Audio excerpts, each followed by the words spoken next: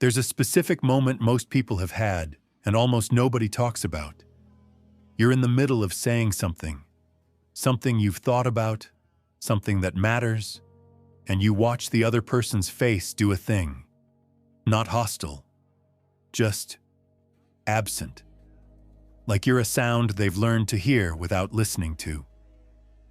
You finish your sentence into that face. You move on. You tell yourself it's fine. You've had that moment more times than you can count. And each time, you moved on. That moving on is what this audiobook is about. Not the person with the absent face. They're almost beside the point.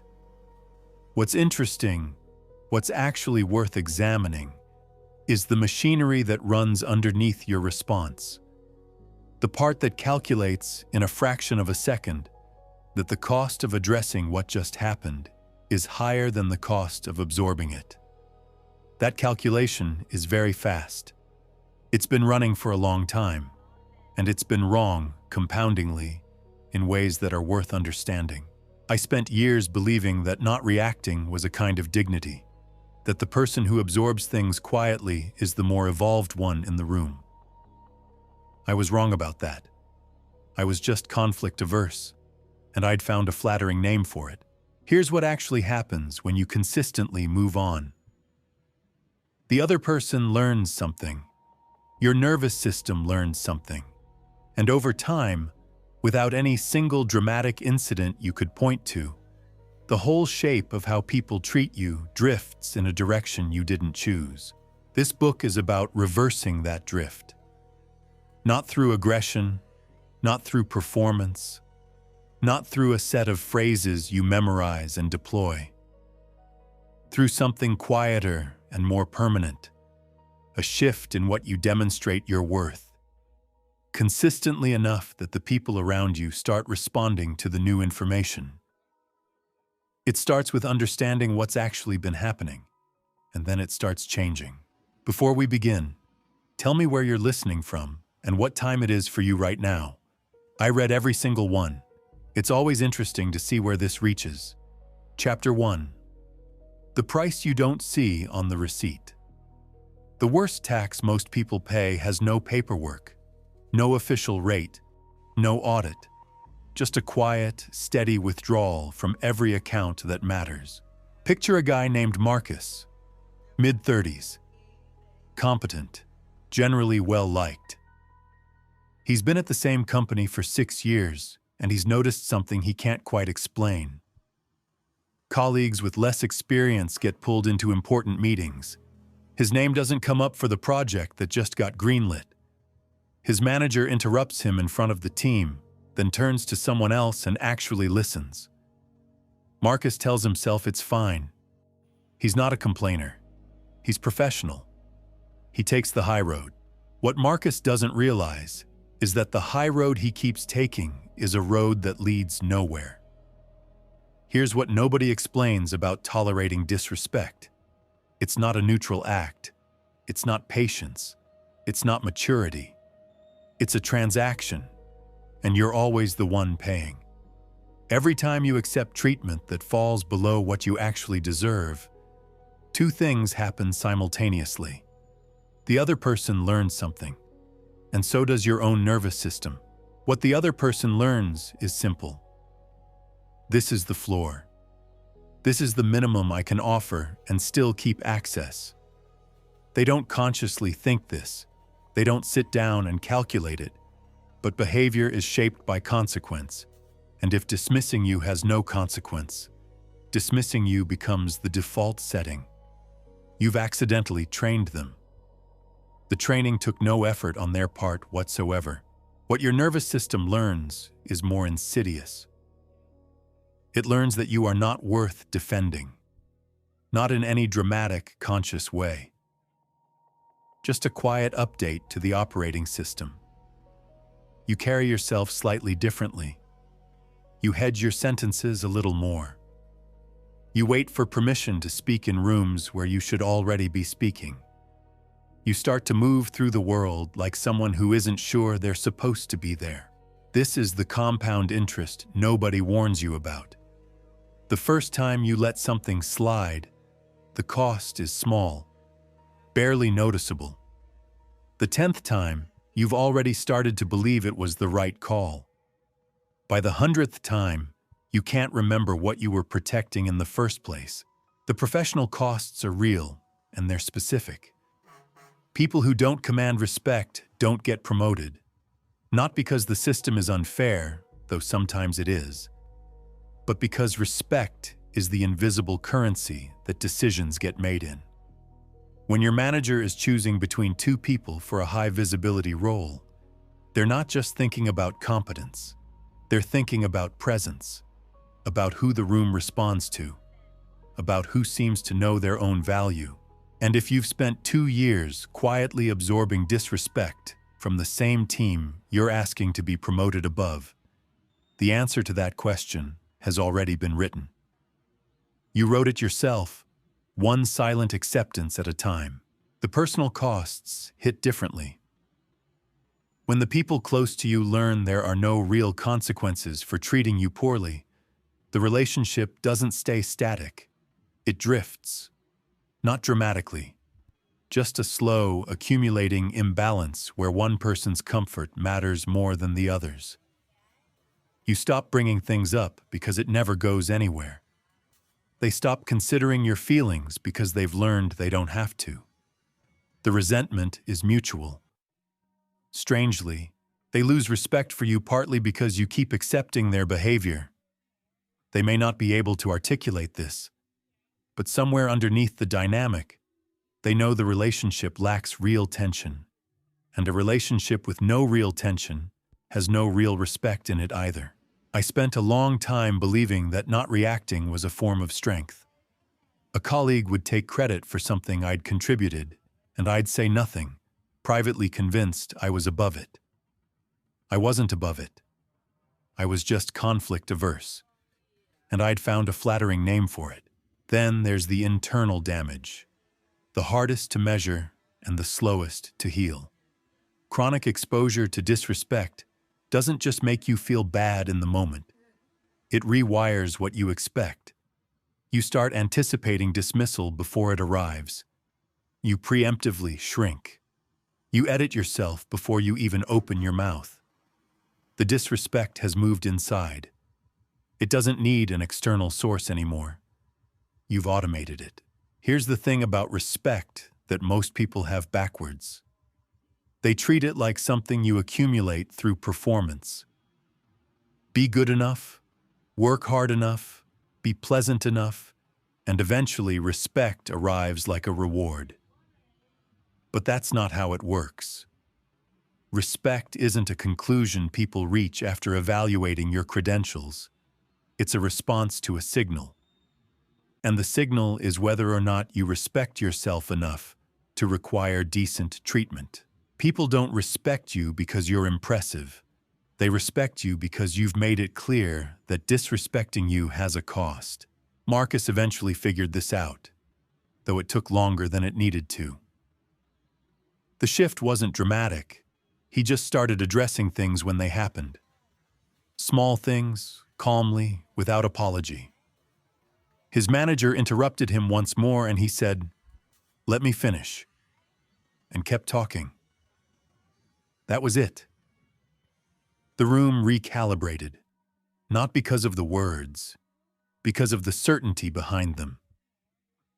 The tax had stopped being collected. Most people are waiting for a moment of dramatic confrontation to establish their standards. That moment almost never comes. What comes instead are 100 small moments. A dismissive comment, a late arrival, an idea absorbed and recredited, and your response to each one is a vote. Not for how this interaction goes, for who you are in every interaction that follows. The cost of getting those votes wrong isn't a single bad outcome. It's the accumulated weight of a life lived slightly smaller than it needed to be. Pay attention to what you've been accepting.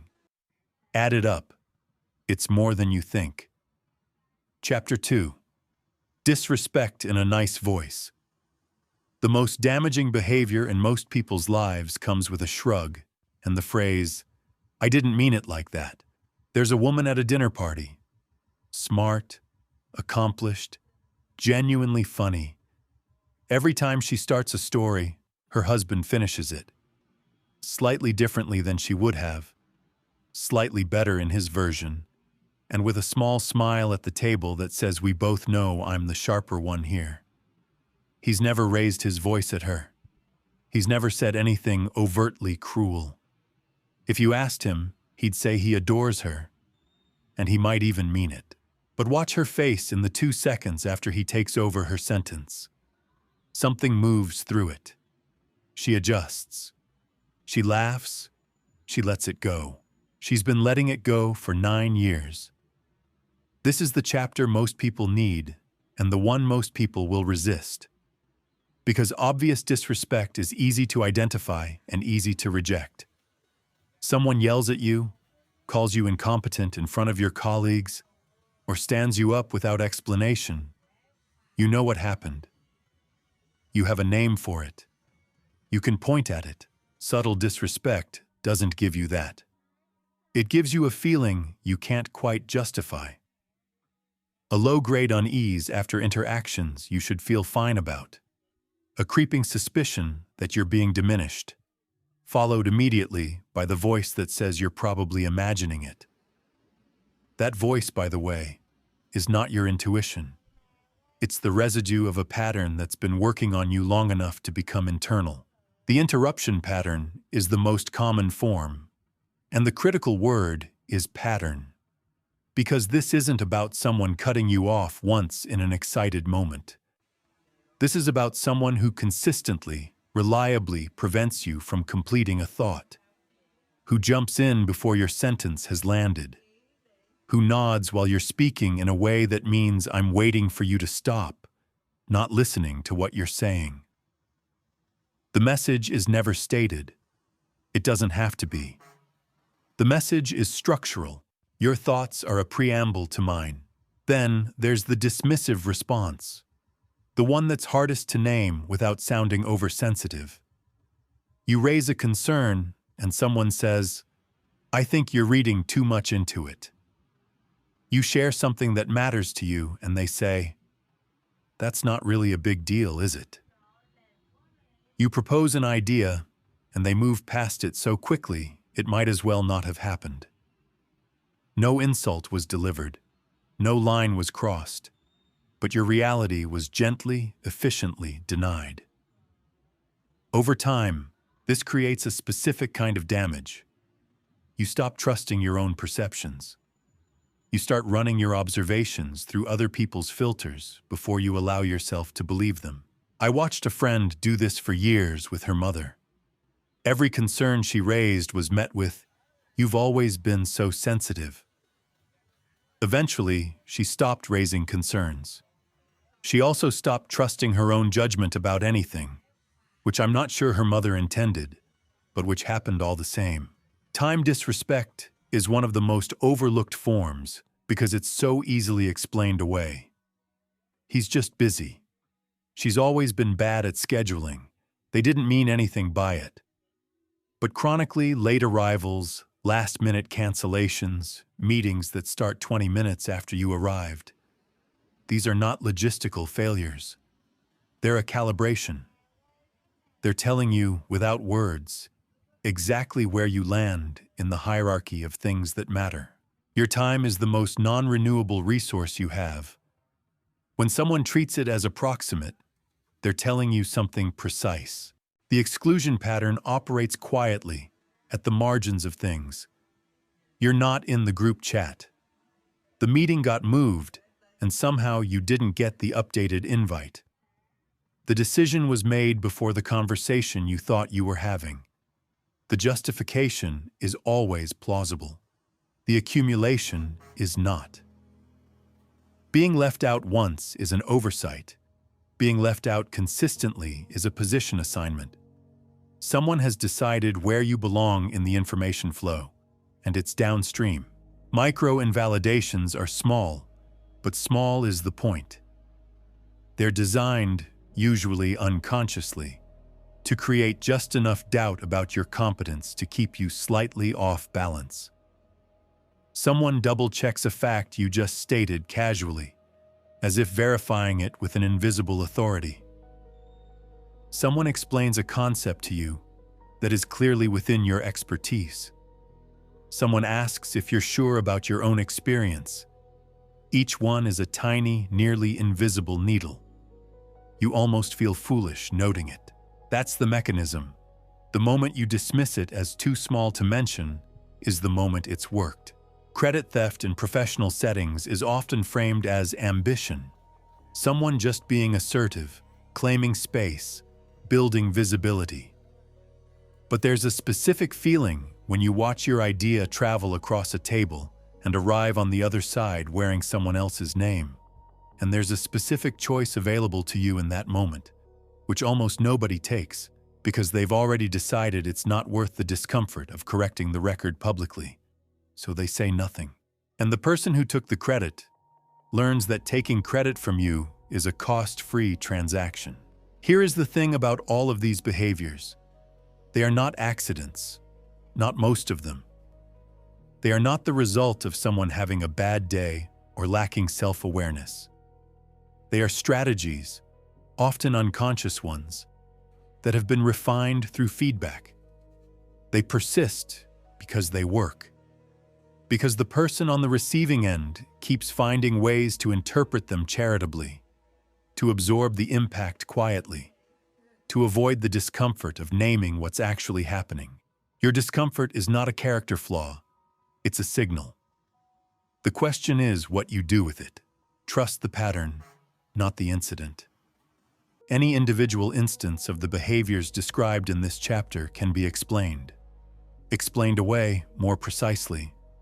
The explanation is almost always available. What's not available is a convincing explanation for why the pattern keeps repeating. If you consistently feel minimized after interactions with the same person, that consistency is data. You don't need to prove intent. You don't need them to admit anything. You just need to stop pretending the pattern isn't there. The woman at the dinner party, if you asked her directly, she'd say her husband is a good man. And maybe he is, in other ways. But something is happening at that table 9 years in, one finished sentence at a time, that no amount of affection fully cancels out. She knows it. She felt it in the 2 seconds before she laughed. The first step is simply letting yourself know what you already know. You're still here. 2 chapters in, that's not nothing. Most people who clicked this video moved on before they got uncomfortable. You didn't. Which means something in here is hitting close enough to stay. If that's the case, subscribe. Not because this channel needs it, because the next time you want this kind of thinking, you'll want to find it without looking for it. That's all. Back to the part that actually matters. Chapter 3. Why they do it and why you're not the reason. People who disrespect you are not commenting on your value.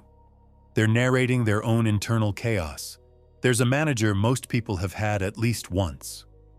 The kind who shuts down ideas in meetings with a tone that makes the room go quiet. Who takes slightly too long to respond to your emails. Who somehow always has a note about your work even when your work is good. You spend real mental energy trying to figure out what you did. You replay conversations. You adjust your approach. You wonder if you're somehow the common denominator in interactions that keep going sideways. You're not. You're just the nearest available surface. Understanding why people engage in disrespectful behavior is not about excusing it. It's not therapy for them. It's tactical information for you. When you understand what's actually driving the behavior, you stop taking it personally. And the moment you stop taking it personally, you become dramatically more effective at responding to it. The most common engine underneath disrespectful behavior is insecurity. Not the obvious kind that looks like nervousness or self-doubt, the kind that looks like confidence. The loud person in the meeting who talks over everyone is not usually someone who feels solid. They're someone who has learned that taking up space preemptively is better than risking someone else noticing the gaps. The colleague who subtly undermines your credibility isn't indifferent to you. They're threatened by you. Those are not the same thing. Indifference looks like being ignored. Undermining looks like being targeted. If someone is consistently working to position you as less capable, less credible, or less relevant, that effort means they've noticed you. It means something about your presence is creating pressure in theirs. That's not a comfortable thought, but it's a useful one. Power dynamics produce a specific kind of disrespect that has almost nothing to do with you and almost everything to do with arithmetic. Some people operate from a genuine, deeply held belief that respect is finite, that for them to have more of it, someone else must have less. This is not a conscious philosophy. It's a reflex, usually learned early, in environments where attention and approval genuinely were scarce. These people use disrespect the way a chess player uses piece positioning, not out of malice, out of a strategic orientation toward every social interaction as a competition that must be won. The problem is that they're playing a game most people around them don't know is happening. You think you're having a conversation. They think they're managing a threat. Learned behavior accounts for a larger portion of disrespect than most people realize. Someone who grew up in a household where dismissal was the default mode of communication doesn't necessarily know they're being dismissive. They're just speaking the language they were taught. This is genuinely worth understanding, not because it changes what you'll accept, but because it removes the part where you make the behavior mean something about your worth. A person repeating a pattern from childhood is running old software. The software isn't about you. You just happen to be the current user interface. Boundary testing is almost always unconscious and almost always immediate. People begin reading the boundaries of new relationships within the first few interactions. Not because they're calculating, because it's a social instinct, a way of mapping the terrain, understanding the rules, locating the edges. The person who interrupts you once in a first meeting is not necessarily a chronic disrespecter. They're gathering information. What they find out in that moment, whether you address it, let it go, smile through it, becomes the foundation of how they'll treat you for the rest of the relationship. The test isn't personal. Your response is. Control is a driver that shows up in a particular flavor of disrespect.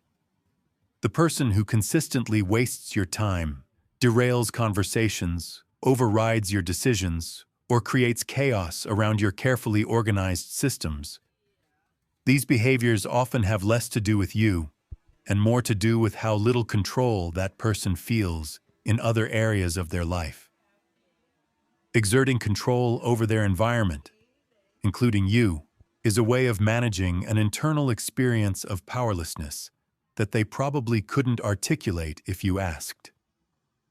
This doesn't make it acceptable, but it makes it legible. And legible is workable. Narcissistic patterns generate a brand of disrespect that feels uniquely personal because it's so consistent and so complete. People with genuinely narcissistic tendencies aren't secretly aware that they're being disrespectful and choosing it anyway. They operate from a framework in which other people's inner lives are simply less real than their own. Your feelings aren't relevant not because they've decided to ignore them, but because the architecture of their attention doesn't have a room for them.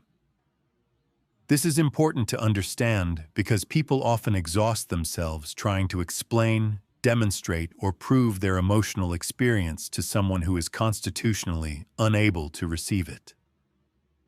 You cannot logic someone into empathy they don't have.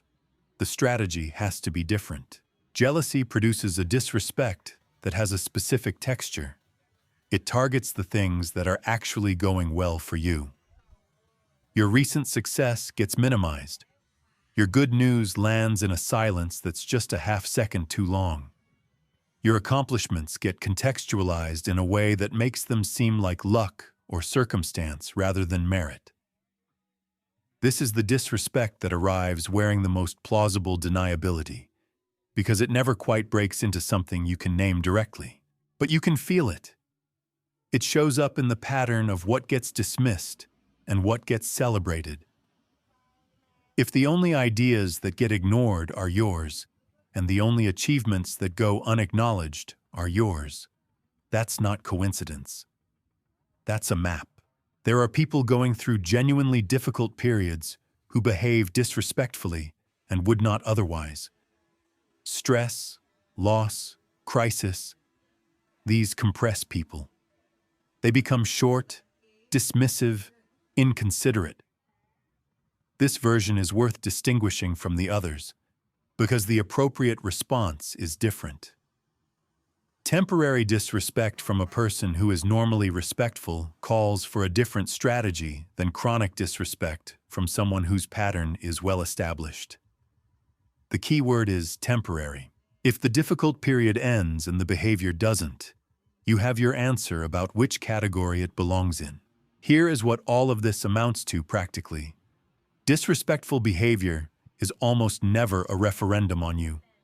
It's a weather report about the person generating it, the insecure manager, the controlling colleague, the dismissive family member. They would be doing some version of this to whoever occupied your position. You are not special to their dysfunction. You are just present for it. This matters because most people respond to disrespect as if it's a message they need to decode about themselves. They adjust, accommodate, shrink, or perform, trying to resolve the other person's behavior by changing something about themselves. It doesn't work. You cannot fix someone else's insecurity by making yourself smaller. You cannot resolve someone's control issues by being more compliant. You cannot satisfy a narcissist's need by being more impressive. The behavior has a source, and that source is not you. Once you genuinely understand this, something shifts. You stop asking, "What did I do?" and start asking, "What is this person showing me about themselves?" That's not a small shift. It's the difference between defending yourself and observing a pattern. And you can't respond effectively to something you're still in the middle of taking personally. Chapter 4. The moment it happens. You've probably had the perfect response to a disrespectful comment. Unfortunately, you thought of it 4 hours later in the shower. There's a specific kind of person at a team meeting. She's presenting a proposal she spent 2 weeks developing. Halfway through, someone cuts in, not with a question, with a redirect. "I think what we actually need to focus on is..." And suddenly the room has moved. She finishes her presentation to an audience that has already mentally left. Afterward, she replays it. She thinks of 3 things she could have said.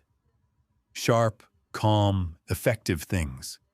None of them arrive in time. This is not a failure of intelligence. It's a failure of preparation. Most people lose the battle with disrespect in the first 3 seconds. Not because they lack the capability to respond, but because they've never made a decision about who they are in that moment before the moment arrives. So when it comes, they default, they smile, they absorb, they move on. And the other person receives a piece of information that will shape every interaction that follows. The first thing to understand about immediate response is why it matters so much. Delayed correction is almost never effective. If someone dismisses your idea in a meeting on Tuesday and you address it in a private conversation on Thursday, you're having 2 completely different conversations. The moment is gone. The room that witnessed it has drawn its conclusions. The person who dismissed you has already incorporated your non-response into their model of what's acceptable with you. Your Thursday conversation might clear the air between the 2 of you. It does nothing for the pattern. The window is the moment, not the meeting after the meeting. Here's the problem most people have with immediate response. They conflate it with emotional reaction. They think addressing something the moment it happens means getting visibly upset, which they've correctly identified as counterproductive. So they overcorrect. They suppress not just the emotion, but the response entirely. The goal isn't to react. The goal is to respond. Those are different actions with different results. Reaction is driven by emotion. It's fast, uncontrolled, and usually makes the other person the victim of your intensity rather than accountable for their behavior. Reaction hands them the narrative. They were just making a comment and you exploded. That story writes itself. Response is driven by decision. It's calm, specific, and lands with a weight that emotion rarely achieves. The most effective responses to disrespect are almost boring in their delivery. No raised voice, no visible hurt. Just a clear, unhurried signal that what just happened is not going to pass without acknowledgement. The mechanics are simpler than most people expect. For interruptions, stop speaking, make eye contact, wait a beat, then say, "I wasn't finished." Not, "Sorry, can I just finish?" Not, "If you don't mind." Just, "I wasn't finished." Then continue. Don't negotiate the floor. Just retake it. The pause before you speak is doing more work than the words are. It's communicating that you noticed, that you're not flustered, and that you've decided the interruption is not how this conversation is going. For dismissal, the pattern where your concern or idea gets waved away, don't argue the point. Argue the right to the point. That concern is worth addressing, not as a question, not with a qualifier, as a statement of fact. What you're refusing is not the other person's conclusion. You're refusing their authority to skip the conversation entirely. For public credit theft, someone presenting your idea as their own, or failing to attribute your contribution while benefiting from it, the correction needs to happen in the same room where the theft occurred. This is the one place people most reliably fail, because the instinct is to avoid the social awkwardness of correcting someone publicly. But the social awkwardness of staying silent costs more. That's the approach I proposed in our last meeting, said evenly, without accusation, as a simple addition of fact, puts the record straight in the same room where it was distorted. The tone through all of this is the same. Calm, unhurried, mildly, almost pleasantly firm. Think of someone who has set this boundary so many times that doing it again costs them nothing. That's the register. Not cold, not aggressive, just settled. Your body is part of the message. Eye contact that doesn't break. Posture that doesn't collapse. A stillness in the face that communicates that you're not rattled by what just happened. Because you're not. You saw it coming in the way that anyone who knows themselves sees these things coming. And you decided in advance what you were going to do. That last part is the actual work. Most people try to figure out how to respond in the moment, which is too late. The decision that needs to happen is a prior one. Who are you in these situations? What do you consider non-negotiable? What are you prepared to address every single time, without exception, regardless of how inconvenient or awkward it makes a given moment? When you've made those decisions in advance, something remarkable happens to the moment itself. It stops being an emergency. There's no scrambling for words, no calculating whether this is the right time, no wondering if you're overreacting. You already know what you're going to do.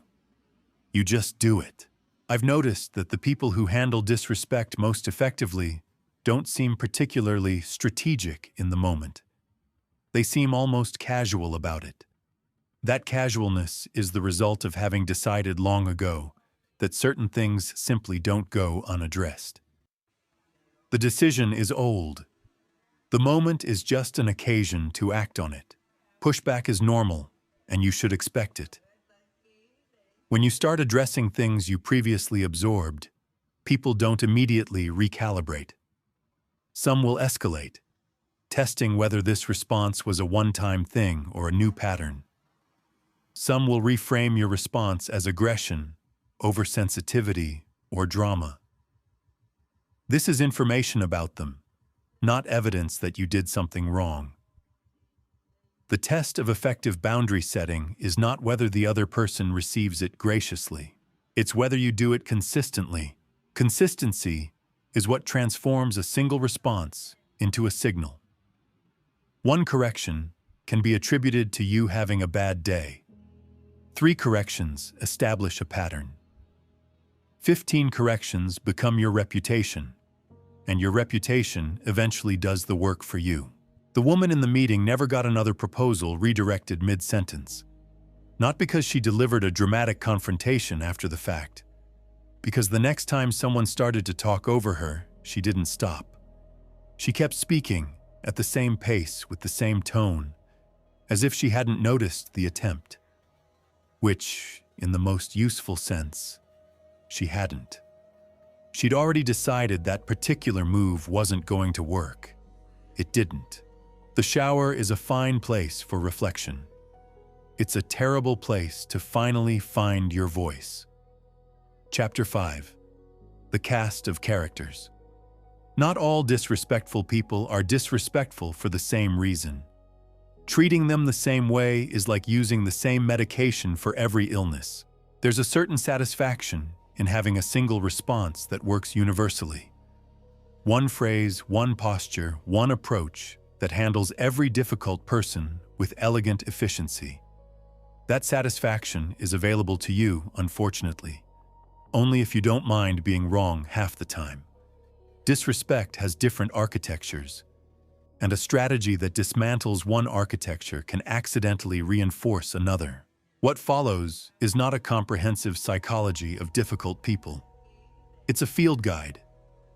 The point isn't to diagnose. The point is to recognize the pattern quickly enough to choose the right tool before you've already used the wrong one.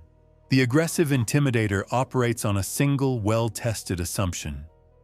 Most people will back down when confronted with enough force. They've learned this early, probably from environments where aggression reliably produced compliance, and they've been running the same experiment ever since. Raised voice, hostile body language, an intensity that makes the air in the room feel different. They're not out of control, or at least not always. They're applying a strategy that has a strong track record. The strategy fails when the other person doesn't perform the expected role. Your response to the aggressive intimidator must be specifically calibrated to give them nothing they're looking for. Don't match their energy. That's the conflict they're seeking. Don't shrink. That's the submission they're seeking. Lower your voice instead of raising it. Slow your pace instead of speeding it up.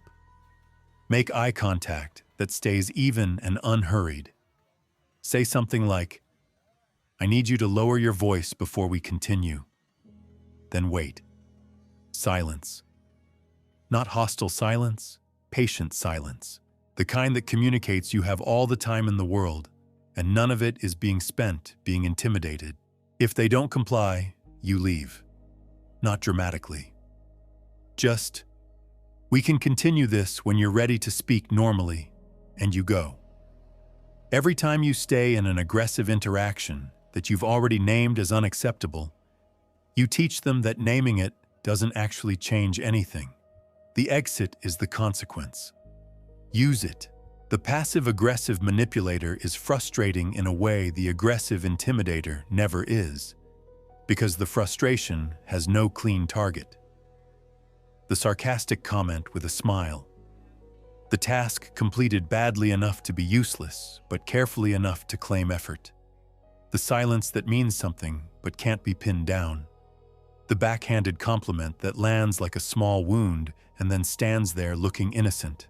The mechanism is plausible deniability. They can always say they didn't mean it that way, and you can't prove otherwise. So you find yourself in the exhausting position of having to either accept the surface reading, they didn't mean anything by it, or be the person who's reading too much into things. Stop trying to win that argument. You won't. Instead, surface the behavior without accusation. That came across as sarcastic. What did you actually mean? Said with genuine curiosity, not with edge. You're not attacking them. You're just removing the plausible deniability by requesting directness. This is deeply uncomfortable for passive-aggressive communicators because directness is precisely what the whole strategy is designed to avoid. Keep requesting it. Every time the indirect version appears, redirect to the direct one. I'd rather we talk about this plainly. Eventually, the indirect approach stops being the path of least resistance with you, and they either communicate honestly or reveal through their resistance exactly what was underneath the sarcasm all along. The narcissistic controller is the most exhausting category, and also the one where the most effort gets wasted. These are people who genuinely process social reality with themselves at the center, not as an affectation, but as a structural feature of how their attention works. Other people's feelings are, to them, roughly as real as furniture, present, acknowledged occasionally, but not the kind of thing that modifies behavior in any lasting way. This matters because most people respond to narcissistic controllers by trying to make them understand the emotional impact of their behavior, how it feels, how it affects the relationship, what it costs. These conversations are usually long, occasionally tearful, and almost never productive. You're trying to load a program onto hardware that doesn't run it. The effective approach with narcissistic controllers is to speak entirely in outcomes and consequences. Not feelings, those are furniture to them, but facts. When you take credit for my work, it affects my standing with the team, and I won't be sharing ideas informally anymore. Not it hurts me, not it's unfair. Just, here is the behavior, here is the consequence, here is what changes.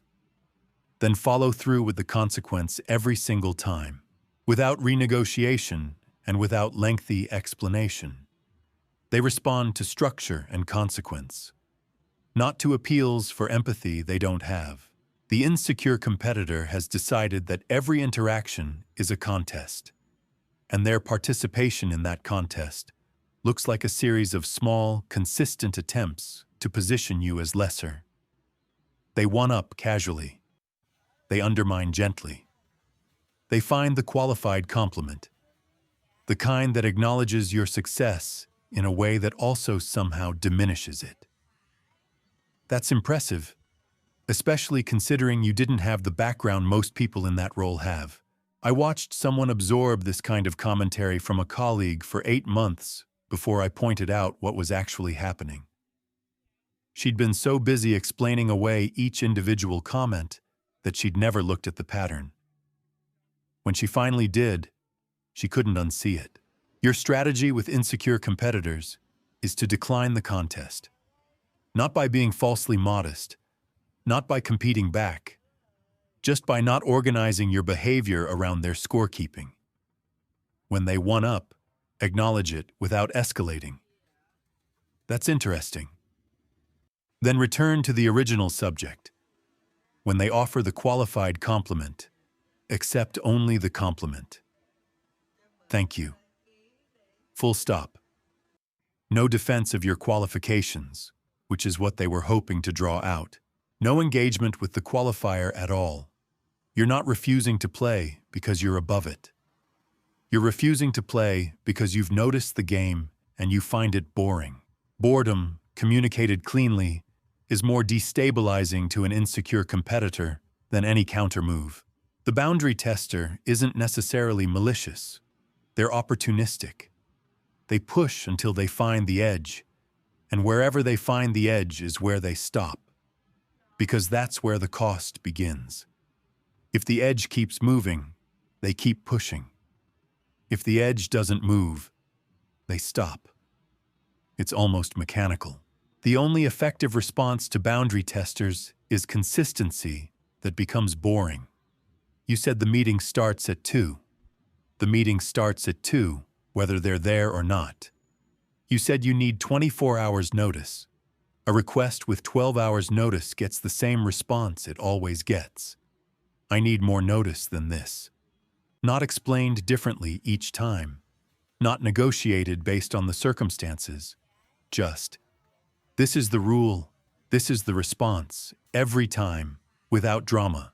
The moment you make one exception, you've taught them that the boundary is a negotiating position, and negotiating positions are designed to move. The emotional vampire has a different mechanism than all the others. Their disrespect doesn't come from aggression or competition or insecurity. It comes from the strategic, usually unconscious, deployment of their own suffering as a management tool. They cry when confronted. They claim victimhood when held accountable. They use their personal chaos as a reason why normal standards shouldn't apply to them right now. The effective response is to separate their emotional state from the issue entirely. I can see you're upset, and we still need to address this. Not but, and. The and is important. It doesn't dismiss their emotion. It refuses to let their emotion dismiss the matter. You can acknowledge someone's distress completely and still expect accountability for their behavior. These are not mutually exclusive. Emotional vampires need you to believe they are. None of these categories are permanent identities. People contain more than their worst patterns. But when a pattern is active and consistent, you need to recognize it for what it is. Not because you're writing someone off, but because the right strategy depends on what you're actually dealing with. Using empathy on an aggressive intimidator reads as weakness. Using firmness on an insecure competitor activates their competitiveness. Using emotional language on a narcissistic controller wastes everyone's time. The field guide isn't about judgment, it's about accuracy. And accurate responses, calmly applied to the right situation, have a remarkable tendency to make the situation stop. Chapter 6. The Disappearing Actum. There is a version of leaving that looks like losing, and there is a version that restructures every power dynamic in the room. Most people never learn the difference. A man spends 3 years in a friendship that runs on a specific rhythm. He calls, the friend answers when convenient. He shows up, the friend shows up when there's nothing better happening. He listens for hours to problems he knows by heart. The friend listens to him for approximately as long as it takes to pivot back. He has addressed it twice. Both times the friend agreed, changed briefly, and returned to the default setting within a month. He's not angry. He's just slowly becoming someone who calls less and less, shares less and less, and eventually stops expecting anything at all, which it turns out is its own kind of loss.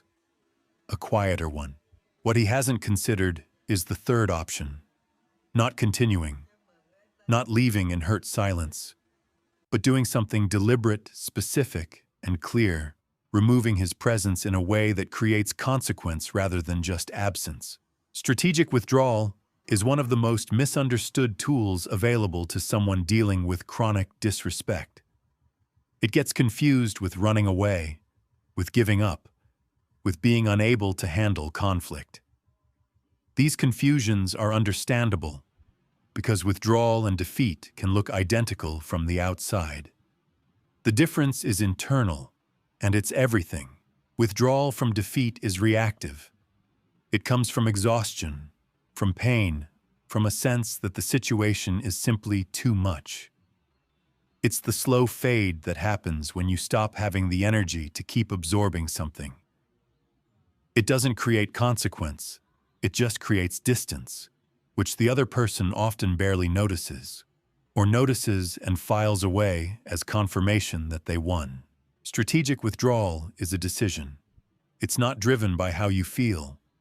It's driven by a clear-eyed assessment that continued engagement is providing something the other person needs to sustain their behavior, your reaction, your presence, your accessibility, and that removing that provision is the most effective available response.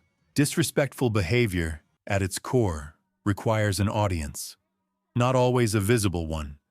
Sometimes just you, your reaction, even an internal one, is enough.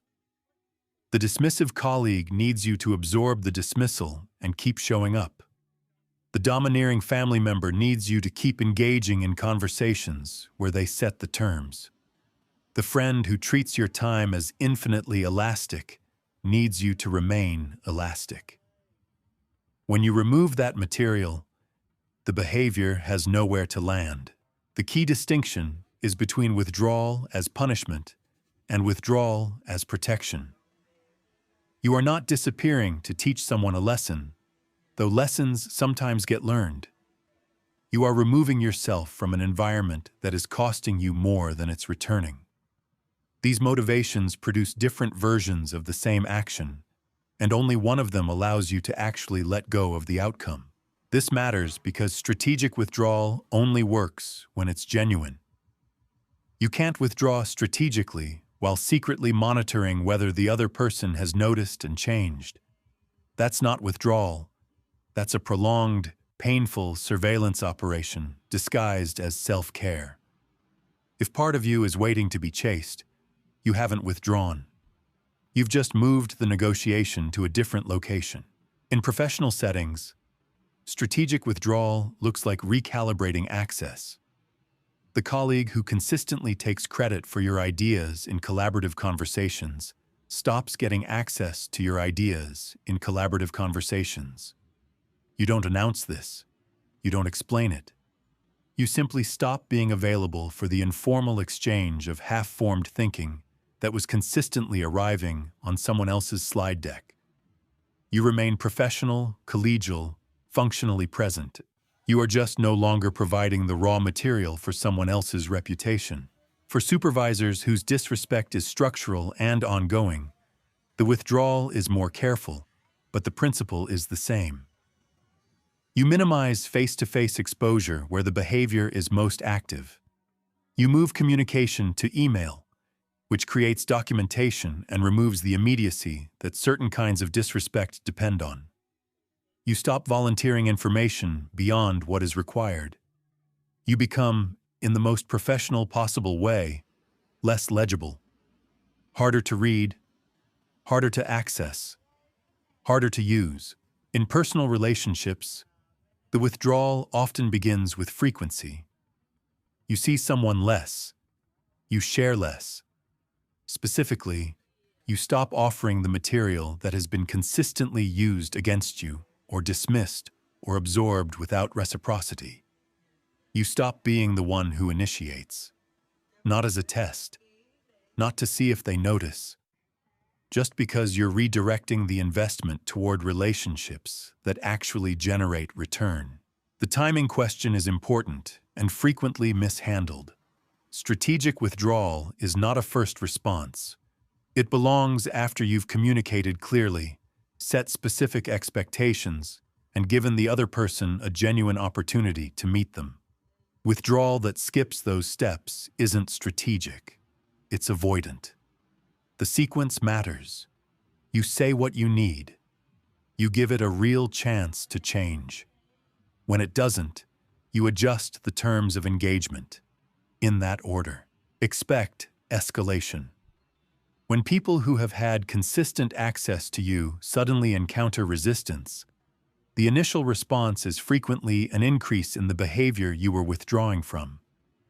This is the moment most people interpret as evidence that withdrawal isn't working and return to the original pattern. It is not evidence of failure. It is the system testing whether the new boundary is real. Some people, facing strategic withdrawal, will pursue reconciliation with genuine intent. This is worth responding to, carefully, and without immediately restoring all previous levels of access. Sustainable change takes time to demonstrate. Genuine change looks different from temporary adjustment under pressure, and the difference usually becomes visible within a few weeks of re-engagement. You don't owe anyone a rapid restoration of trust they spent months eroding. Some people will respond with anger, with accusations that you're being dramatic, unreasonable, cold, that you've changed. This response is worth understanding for what it is. They've lost something they were using, and they're registering the loss as your fault. This is not a signal to return. It's a signal that the withdrawal found its target. And some people won't respond at all. The absence of pursuit is also information. It tells you what your presence was actually providing. If removing it generates nothing, not concern, not effort, not even curiosity, that is a clean, clear answer about the nature of what you were in that relationship. An answer that's uncomfortable to receive and extremely useful to have. There's a version of this that becomes permanent. Some patterns don't change. Some people are genuinely unwilling or structurally unable to offer the kind of engagement that a healthy relationship requires. Arriving at that conclusion clearly, without bitterness, without extended resentment, just as a simple factual recognition, is one of the more difficult and valuable things a person can do. The man with the friend eventually stopped calling. Not dramatically, just less, and then not. The friend reached out after a few months, casually, as if no time had passed. He replied warmly, briefly, and didn't re-establish the rhythm. The friendship exists now as a cordial, occasional text exchange. He doesn't resent it. He's just reallocated. What he gained in the reallocation was time, energy, and the quiet satisfaction of a life organized around people who actually show up. Not every relationship deserves the version of you that shows up fully. Some deserve less. Learning to calibrate that, without guilt, without drama, without needing it to be a story about someone being terrible, is one of the cleaner forms of self-respect available. Disappearing, done right, isn't about them at all. It's about where your best self gets invested next. Chapter 7. The Thing Under the Strategies. You can memorize every technique in this book and still walk into a room broadcasting, "Please test me." Confidence isn't a script, it's a frequency. There's a woman who read every book on assertiveness. She practiced her phrases. She knew exactly what to say when interrupted, how to correct public credit theft, how to handle the passive-aggressive comment with the disarming redirect. She was, theoretically, prepared. And then she walked into rooms and people still talked over her, still dismissed her ideas, still somehow found the angle. She couldn't figure out why the techniques weren't working. The techniques were fine. The foundation under them was missing. Every strategy in this book rests on something that isn't a strategy at all. It's a state, a settled, unperformable knowledge of your own worth that doesn't require the current interaction to go well in order to remain intact. Without that state, the techniques are words. They arrive with a slight tremor underneath them, a quality of hoping they work, that the people who test boundaries can hear from across a room. With that state, you barely need the techniques. The words become almost incidental to a presence that people read before you've said anything.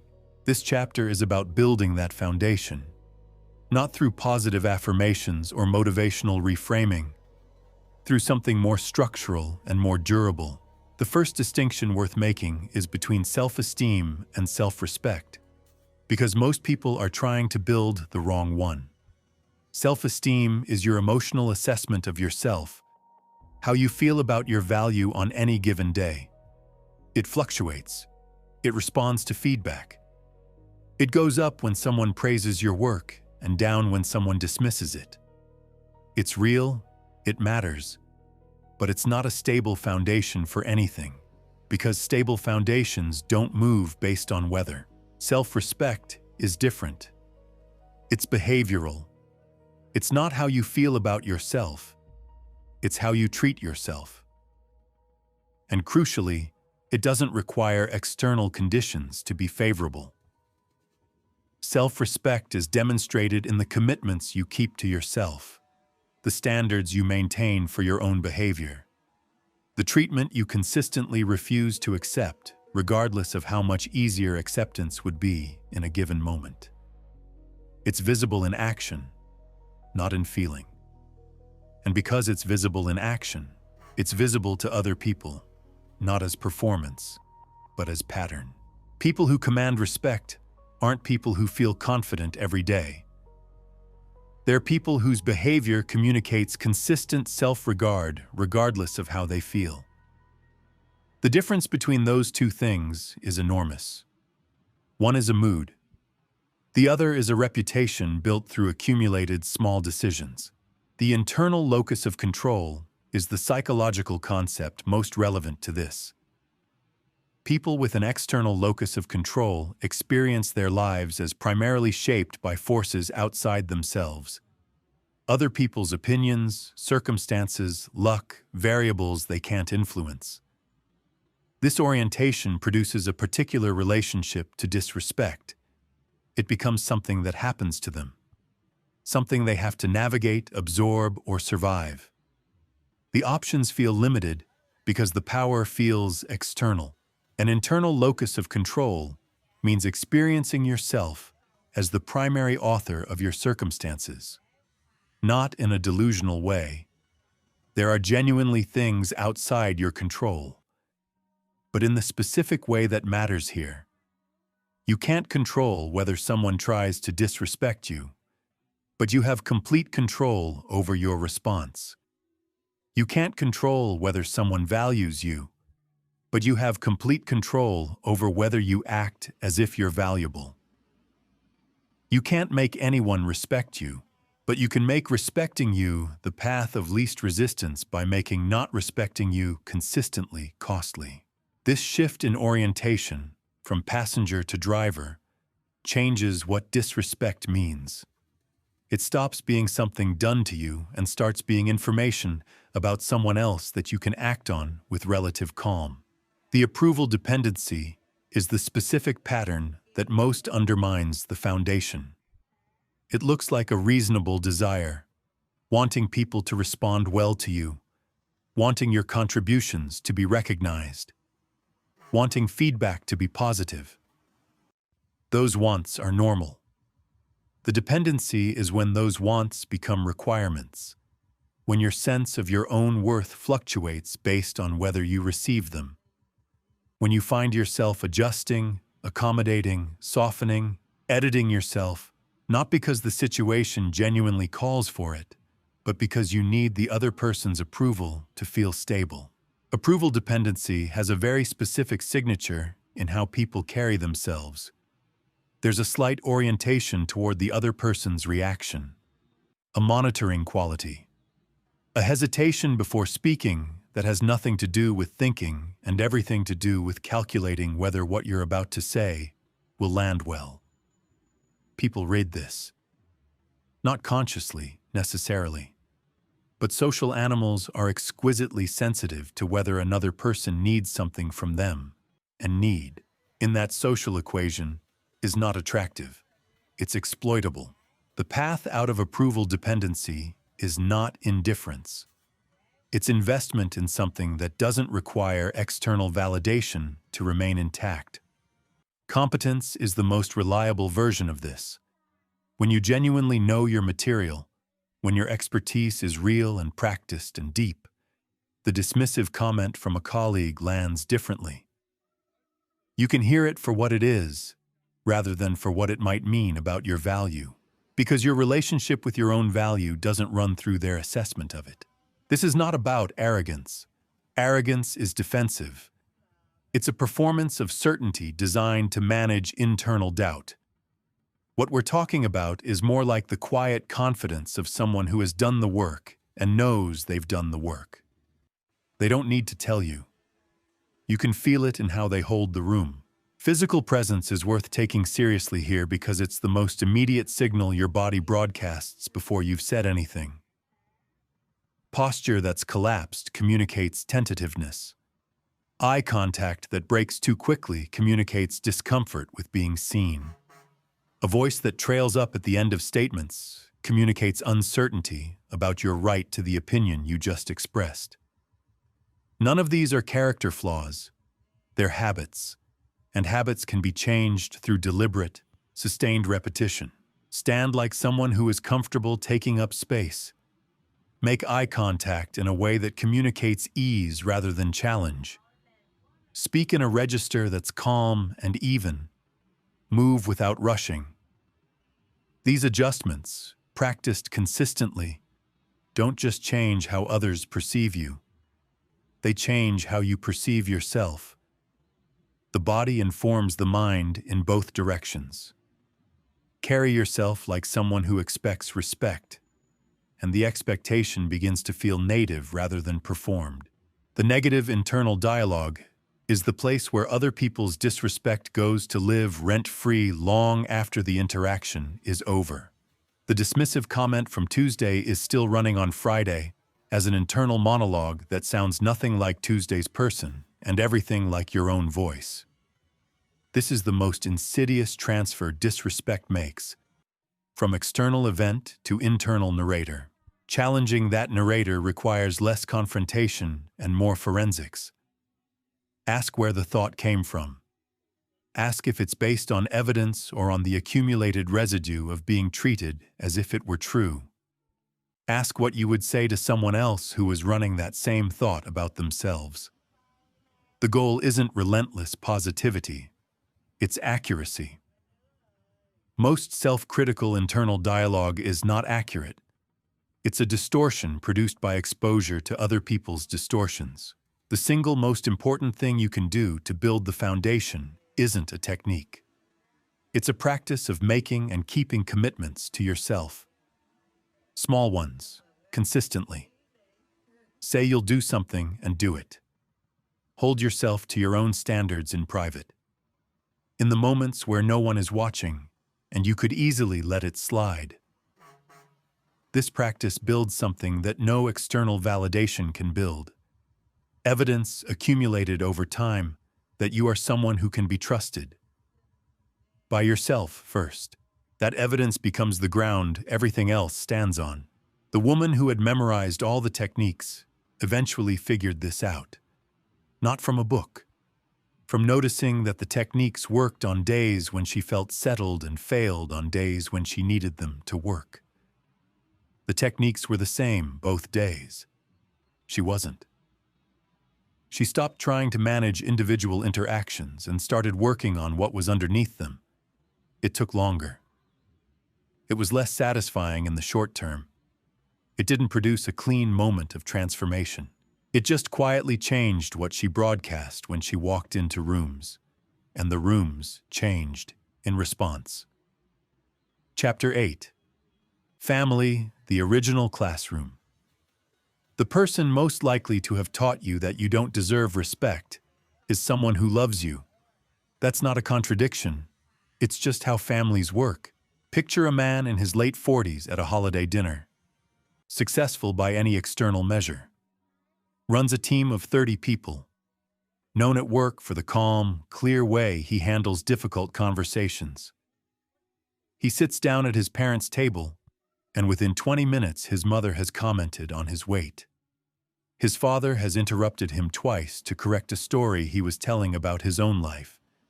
And his younger brother has made a joke at his expense that everyone laughed at, including him. He laughed the loudest. He always does. On the drive home, he feels something he can't quite name. Not anger exactly. Just a familiar low-grade deflation, like air going out of something slowly. He has handled tougher conversations before breakfast. He just can't seem to have them with the people who knew him when he was 7. Family is where most of the original software gets written. The patterns established in childhood, what you're allowed to want, how loudly you're permitted to disagree, whether your feelings are treated as valid data or inconvenient noise. These don't stay in childhood. They travel. They show up in how you respond to authority, how you navigate conflict, how quickly you shrink when the room gets uncomfortable. The particular brand of disrespect you're most likely to accept without protest is almost always the one you learned to accept first, from the people who were supposed to protect you from it. This is not an indictment of families. Most family disrespect is not malicious. It's cultural. It's generational.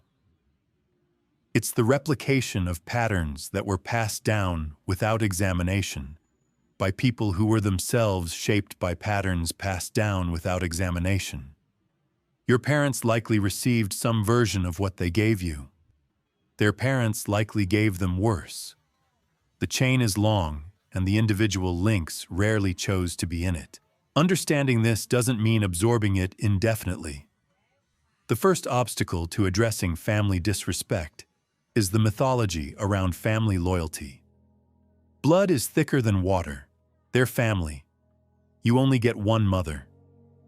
These phrases function as arguments against your right to require decent treatment from the people who gave you life or share your name. They reframe your need for basic respect as ingratitude, disloyalty, or selfishness. They're extremely effective and almost entirely wrong. Healthy families are not exempt from the basic requirements of healthy relationships. Mutual respect doesn't get suspended because of shared DNA. Love and disrespect can coexist. That's precisely what makes family disrespect so confusing and so hard to address. You can genuinely love someone and be consistently diminished by them. The love doesn't cancel the diminishment. It just makes naming the diminishment feel like a betrayal. It isn't. Family disrespect has a specific vocabulary.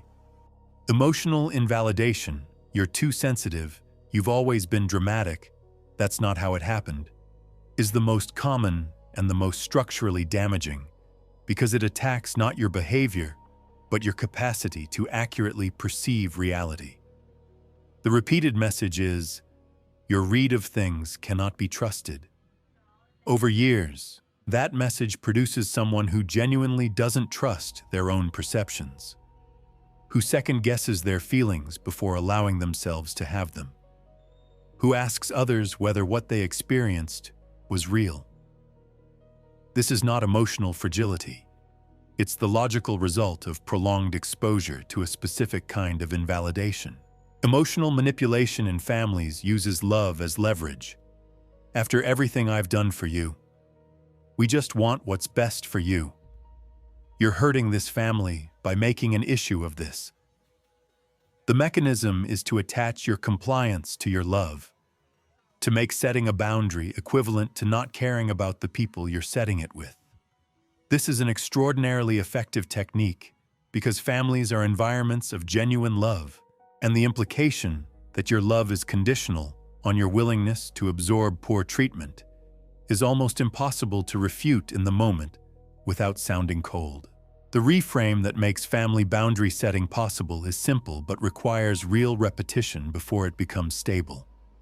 Requiring decent treatment is not a statement about how much you love someone. It's a statement about how you love yourself. These are separate propositions. You can hold both simultaneously. In fact, the relationships in your life that are most genuinely loving are almost certainly the ones where both people feel safe enough to say when something isn't working.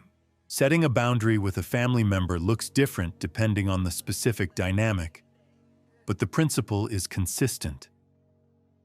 You name the specific behavior, not the character, not the history, not the cumulative indictment, just the behavior. You state clearly what you need to change. You say what happens if it doesn't. Then you follow through. The conversation with a dismissive parent might sound like, "When you dismiss what I'm saying in front of others, I stop sharing things with you." I'm telling you because I'd rather have a real conversation than a quiet one. This is not an ultimatum delivered in anger. It's information, honest, specific, non-hostile, about the actual consequences of a particular pattern. Most people in families never give this information. They absorb the pattern until they're angry. Then they either explode or go completely silent, and neither response produces change. The extinction burst is worth knowing about before you start.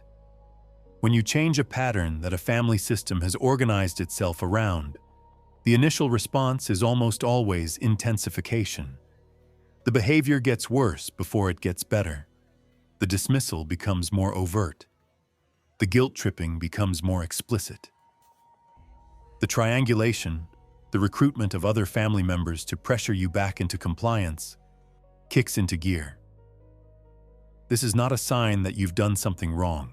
It's a sign that the system is registering the change and trying to restore its previous equilibrium. Your job is to stay consistent through it. Triangulation deserves its own treatment because it's the family disrespect tool that most reliably works on people who have gotten good at everything else. You set a limit with your mother. She tells your sister. Your sister calls you to ask what you said to upset her. Your aunt mentions at Thanksgiving that your mother has been struggling since you've been distant. The issue has left the room it originated in and is now traveling through a network of concerned intermediaries, each of whom genuinely believes they're helping while actually functioning as pressure on you to return to compliance. The response is simple and deeply uncomfortable. Address things directly with the person involved and not at all with anyone else. This is between me and Mom. I'm not able to discuss it with you. Said warmly, without aggression, and without engaging the substance of whatever has been reported. Every time you explain your position to an intermediary, you're negotiating your boundaries through a third party, which means the boundaries aren't actually yours anymore. I realized this late in a specific family dynamic, that the conversations I was having with people who weren't involved were doing nothing except keeping me reliably exhausted and reliably stuck. The original conversation kept not happening because I was having all the other ones. The hardest version of family boundary setting is the one where genuine change isn't going to happen. Some patterns are too old, too defended, too central to someone's identity for them to be revised by your request, however clearly stated, however consistently enforced. This is particularly true with parents whose disrespect is structural, built into the role they've always played and the role they've always cast you in. The child who finally stops performing the child's role is not always welcomed as an adult. Sometimes they're just experienced as a loss. If you reach this point, and not everyone does, many family dynamics shift significantly when approached clearly and consistently. The decision is about what level of contact is compatible with your mental health and what level of love and history you're willing to carry while protecting yourself from ongoing damage. These decisions don't require justification to anyone outside the relationship. They require only that they be made honestly, with clear eyes about what you're choosing and why. The man at the holiday dinner goes back every year. He laughs at the joke and deflates on the drive home. He hasn't yet had the conversation that might change the dinner. He might never have it. But the deflation, at some point, will become a different kind of information for him. Less a weather condition to be endured, more a question that requires an answer. The classroom you grew up in shaped your earliest understanding of what you're worth. It is not the last word on the subject. Chapter 9. After the damage. Long-term disrespect doesn't just change what people say to you. It changes what you say to yourself when no one else is in the room. There's a woman who spent 4 years in a workplace where her competence was routinely questioned. Her contributions were systematically minimized, and the message, never stated directly, always structurally present, was that she was there on a kind of provisional tolerance that could be withdrawn at any point. She left, found a better environment, colleagues who acknowledged her work, a manager who asked her opinion and actually waited for the answer. By any external measure, the situation had resolved, except she couldn't stop editing her emails 3 times before sending them. Couldn't finish a presentation without a specific, unshakable conviction that she'd missed something obvious that everyone else would immediately notice. Couldn't receive a compliment without a quiet, internal voice that immediately located the hidden catch. The environment had changed. The voice hadn't gotten the memo. This is what prolonged disrespect does, that immediate disrespect doesn't. A single bad interaction leaves a mark. Extended exposure to environments where you are consistently devalued rewires something more fundamental. The automatic, background-running commentary through which you process everything that happens to you. The voice that narrates your experience begins to sound less like you and more like the people who diminished you, until eventually the distinction collapses and you can no longer tell whose assessment you're actually hearing. The psychological term for one dimension of this is learned helplessness. It was first observed in controlled experiments and later recognized everywhere. When people are repeatedly exposed to negative outcomes, they cannot control or escape. They stop trying to change their circumstances even when change becomes genuinely available. The behavior that was adaptive in the trapped environment, don't try, don't hope, minimize your exposure by minimizing yourself, persists into the free one. You carry the prison's architecture with you after the walls come down. What this looks like in practice is a person who has escaped a damaging situation but continues to behave as if they haven't, who hedges every contribution with preemptive self-deprecation, who attributes their successes to luck and their setbacks to character, who shrinks in rooms where shrinking is no longer required, who waits for permission that no one is withholding anymore. The complex trauma framework is useful here because it explains why healing from prolonged disrespect doesn't follow the timeline people expect. There's a cultural narrative around recovery that's basically linear. You leave the bad situation, you feel better, you move forward. This narrative is true for acute, single-incident experiences. It is largely false for chronic ones. Complex trauma, the kind produced by sustained exposure to harmful relational dynamics over months or years, doesn't resolve through time alone. It requires active, deliberate reconstruction of things that were systematically taken apart. The first reconstruction is the most foundational, separating what happened to you from what it means about you. These are not the same proposition, though prolonged disrespect does everything it can to fuse them. When you are repeatedly told your ideas are unimportant, something in you eventually begins to believe that you are unimportant. When your feelings are consistently dismissed, you begin to dismiss them yourself. When your judgment is routinely questioned, you begin to question it before anyone else gets the chance. The original message came from outside. Its continued operation comes from inside. The source is gone. The process continues. Unpacking this fusion, holding the event in one hand and your worth in the other, and seeing that they are genuinely separate objects, is not quick work. It requires returning to specific incidents and asking a different question than the one you originally asked. Not what does this mean about me, but what does this reveal about the person or environment that produced it?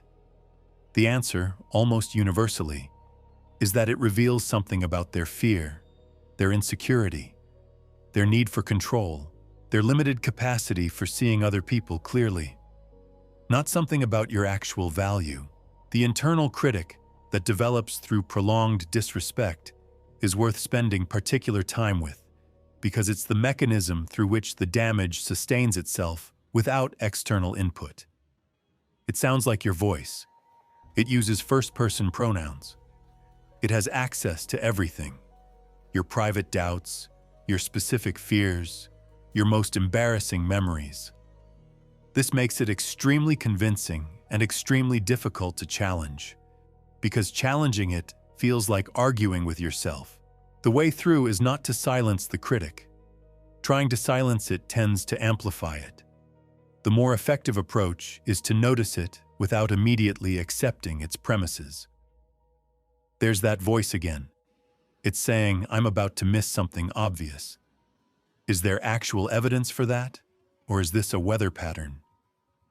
This slight observational distance, the movement from being the voice to watching the voice, is a skill. It develops slowly through practice, but it produces something the voice cannot: a pause between the thought and the belief. And in that pause, a choice. Rebuilding competence confidence is different from rebuilding general confidence and usually more tractable. General confidence is abstract and somewhat circular. You build it by having it, which isn't useful advice when you don't have it. Competence confidence is specific and evidence-based. You get better at something real and demonstrable. You accumulate outcomes that can't be revised by someone else's opinion of you. You develop expertise that exists independently of whether anyone in the room recognizes it. This matters because one of the specific casualties of prolonged disrespect is the ability to trust your own judgment. When your assessments have been consistently overridden or dismissed, you stop issuing them with confidence. You start running every conclusion through an imaginary panel of critics before you allow yourself to hold it. Rebuilding judgment confidence means making decisions, small ones first, and tracking their outcomes honestly. Not celebrating when they go well and catastrophizing when they don't, but just noting the actual evidence. Over time, the evidence accumulates into something you can stand on. The body holds this too, in ways that are worth addressing directly. Chronic exposure to disrespect produces a specific physical posture. The compressed, slightly inward orientation of someone who has learned to take up as little space as possible. The tension that lives in the shoulders and jaw of someone who is perpetually braced for the next dismissal. The shallow breathing of someone whose nervous system has not fully updated to the information that the threat is gone. Physical practices, deliberate postural work, genuine rest, movement that isn't punitive, are not supplementary to psychological recovery. They're part of the same process. Your body is not separate from your recovery.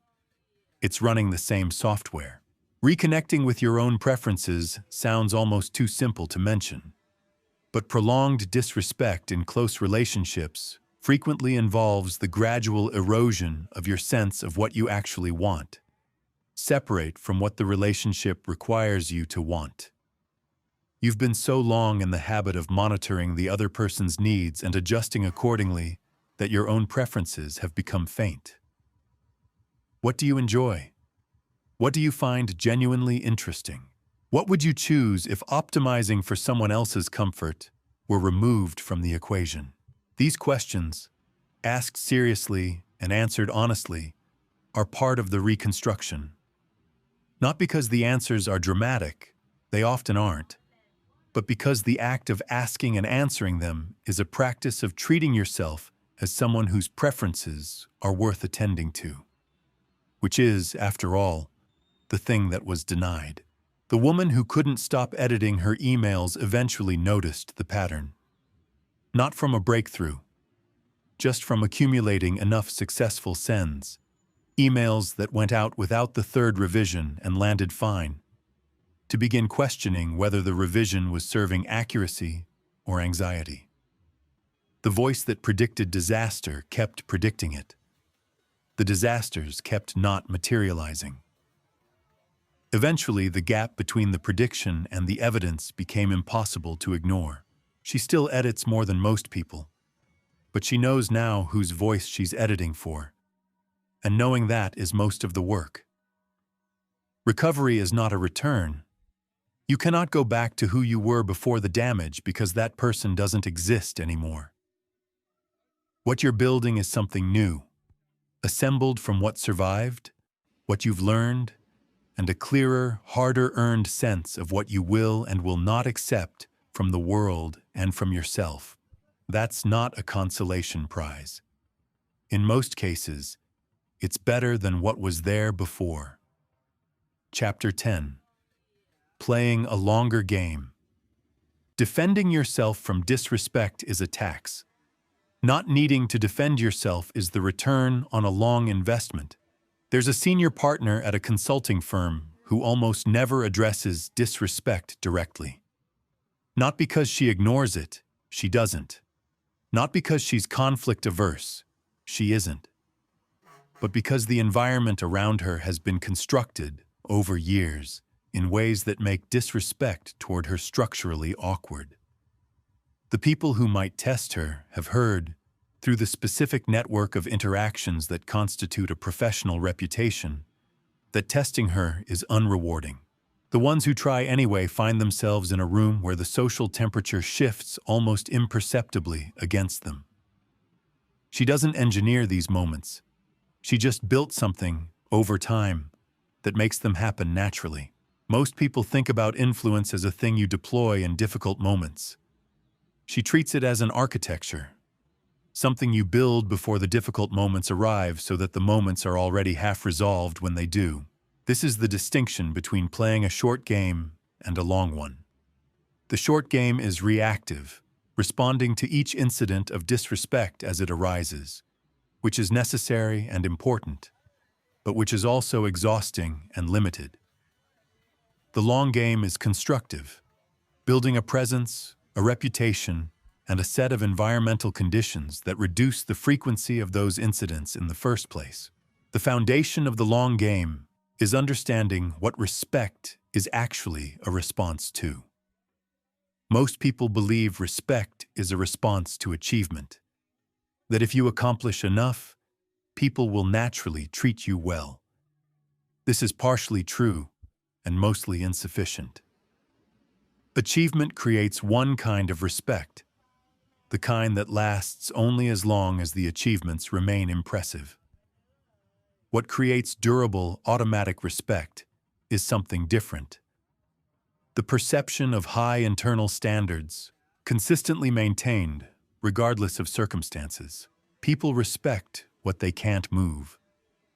Not in a rigid, immovable sense, but in the sense of encountering someone whose sense of their own worth is clearly not contingent on the current interaction going well for them.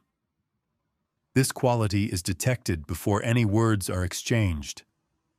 It lives in posture, in pace, in the specific way someone enters a room. It's communicated in how a person handles being tested, not with aggression, not with hurt, but with a kind of mild, almost amused recognition that the test is happening and that it's going to fail. Social proof operates constantly in group settings, whether you're attending to it or not. Every interaction you have in front of others is being processed by those others as data about who you are and how you can be treated.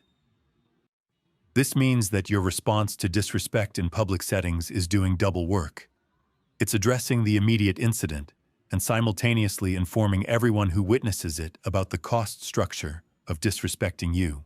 When you handle a public dismissal with calm precision, you're not just responding to one person. You're updating the model that everyone in the room is running. The inverse is equally true. Every time you absorb public disrespect without response, you're broadcasting to the full audience that absorption is available. The cost of public silence is not one relationship. It's the expectation it sets across every relationship in that room. The contrast effect is a subtler but powerful principle. When you consistently maintain your standards, calm when others are reactive, direct when others are evasive, focused when others are distracted by interpersonal drama, you create a visible contrast that positions you differently without requiring any explicit claim to superiority. You're not telling people you're different. You're demonstrating it repeatedly in the specific texture of your behavior. Over time, this demonstration becomes the primary data people use to calibrate how they engage with you. Strategic vulnerability is counterintuitive enough to be worth dwelling on. Most people assume that the path to commanding respect is an unbroken presentation of competence and certainty. What actually produces respect is something more nuanced. The willingness to acknowledge a genuine limitation or mistake from a position of overall security. When someone who clearly knows their value says, "I got that wrong," or "I don't know enough about this to have a strong opinion," it reads not as weakness, but as rare honesty. It increases credibility rather than reducing it. It signals that the competence you're seeing the rest of the time is real, because people who are performing confidence don't admit uncertainty. People who have actual confidence can afford to. The use of silence as a tool is consistently underutilized by people who feel pressure to fill conversational space. Silence after you've made a point creates a different kind of pressure than additional words do. Additional words often give the other person material to respond to deflect, to debate, to redirect. Silence sits. It requires the other person to respond to what you've already said, rather than to a new thing you're now saying. It communicates that what you said was complete, that you're comfortable with it, and that you're not anxious about how it lands. This takes practice because silence feels, from the inside, much longer than it is. 3 seconds of silence after a clear statement feels like 30. From the outside, it reads as composure. The discomfort you feel in that silence is yours. The impact belongs to everyone in the room. Presupposition in language is a quiet but consistent tool. The difference between "could you please not interrupt me?" and "I'll finish this thought and then get your input" is structural. The first frames interruption as a possibility you're asking them not to choose. The second assumes they're going to wait and invites them into a frame where waiting is already the default. People tend to operate within the frames they're offered. Offering frames that presuppose respect is a way of making respect the path of least resistance without making it a demand. Frame control. The broader practice of consistently interpreting interactions through a frame that reflects your actual value is the most sophisticated dimension of the long game. Frames are the implicit context within which interactions occur. Every conversation has one, usually set by whoever enters the interaction, with more certainty about how it's going to go.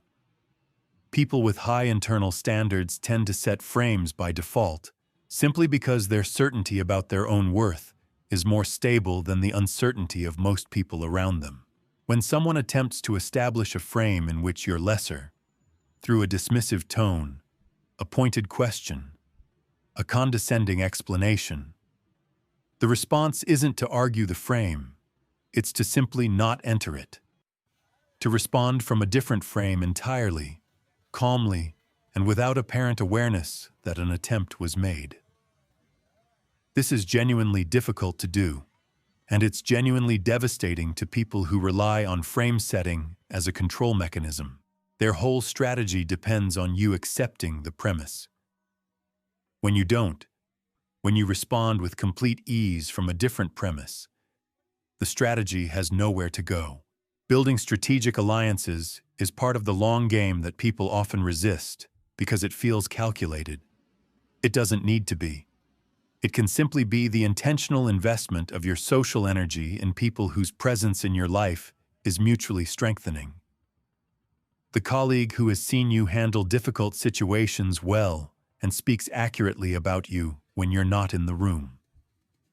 The mentor whose respect for you is visible to others and calibrates their assessments. The peer whose judgment is widely trusted and who treats you as an equal. These relationships don't just support you emotionally. They constitute part of the environment in which people encounter you, which shapes how they encounter you before they've had any direct experience of their own. Environmental architecture, structuring your commitments, relationships, and communication patterns in ways that reduce exposure to chronic disrespect, is the most advanced version of the long game. Not avoiding difficult interactions, but designing contexts where certain interactions are less likely to occur and better managed when they do. Choosing meeting formats that give you control of the agenda. Communicating in writing with people whose disrespect depends on the immediacy and ambiguity of spoken exchange. Structuring your work so that your contributions are visible and attributed before they can be absorbed by someone else. These are not paranoid maneuvers.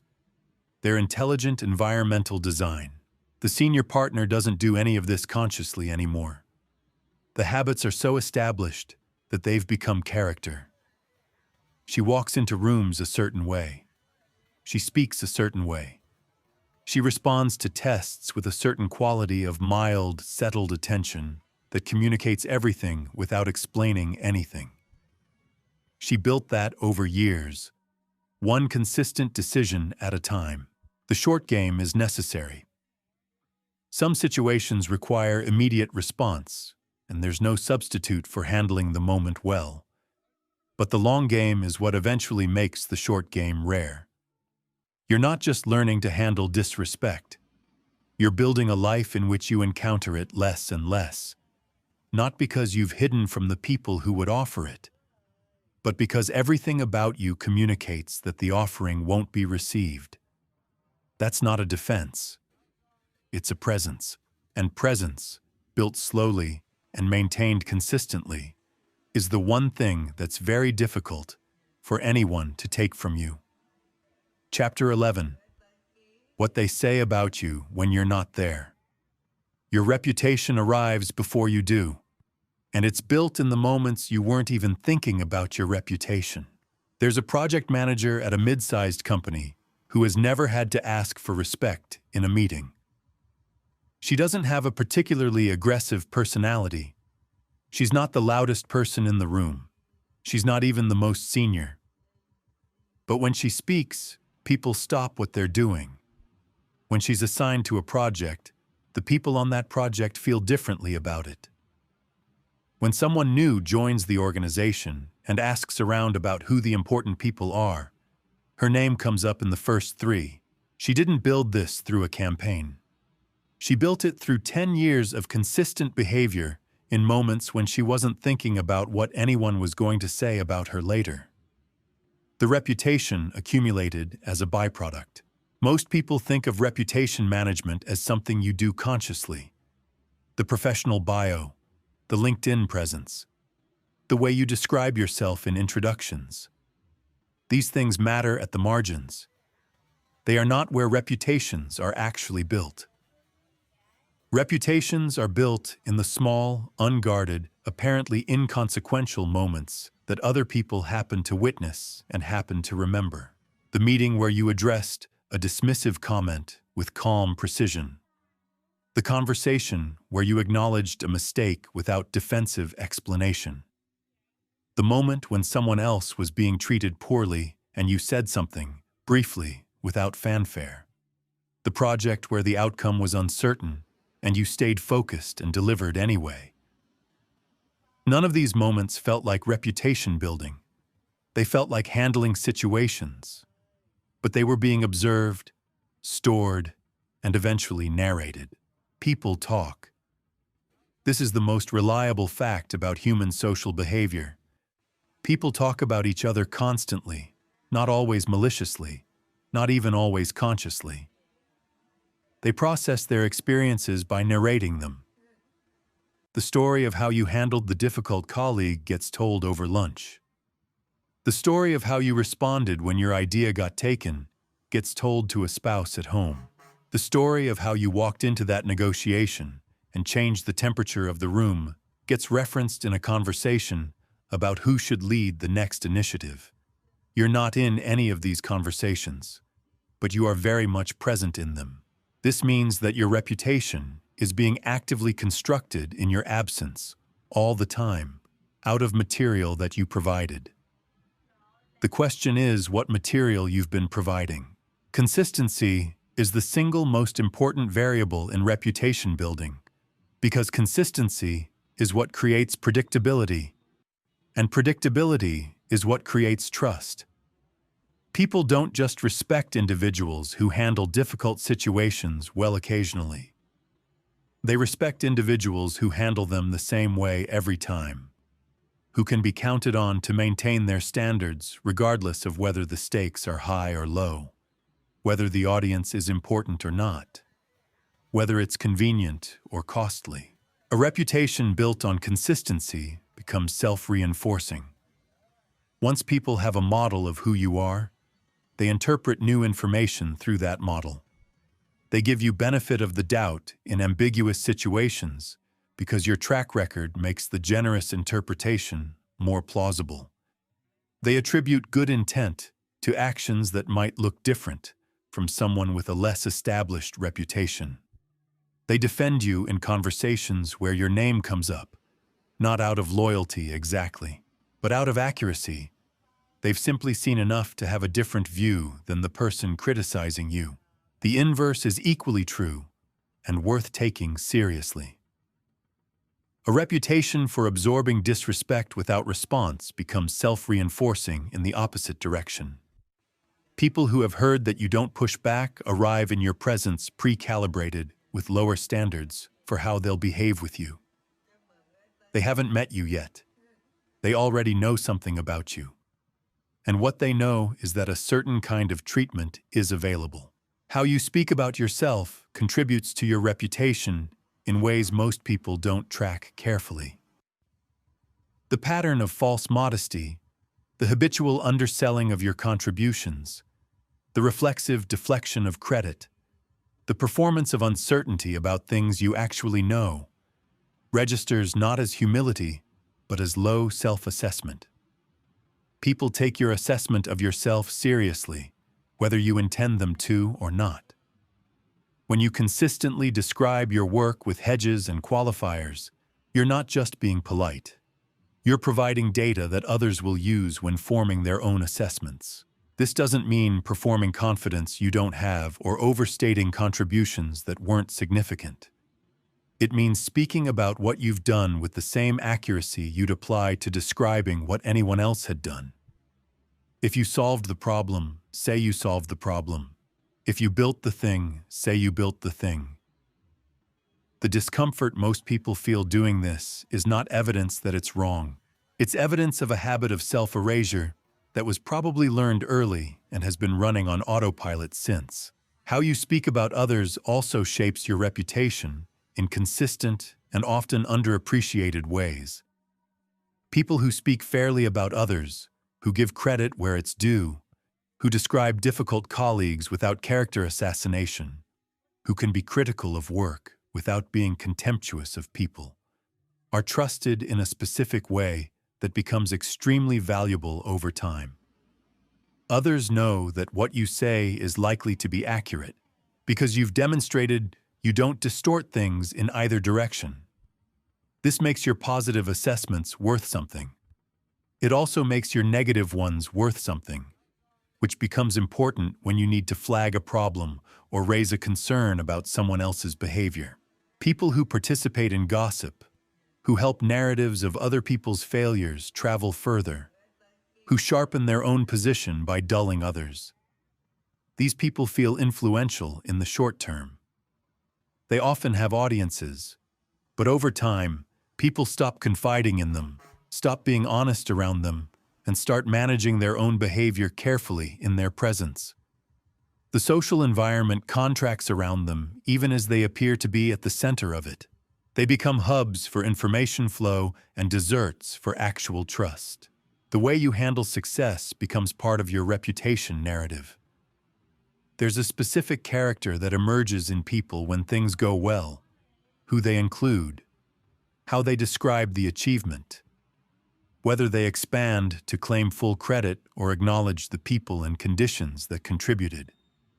Watching someone handle success generously and accurately, without false modesty, but also without the specific quality of smallness that comes with needing to own the entire outcome, produces a particular kind of respect.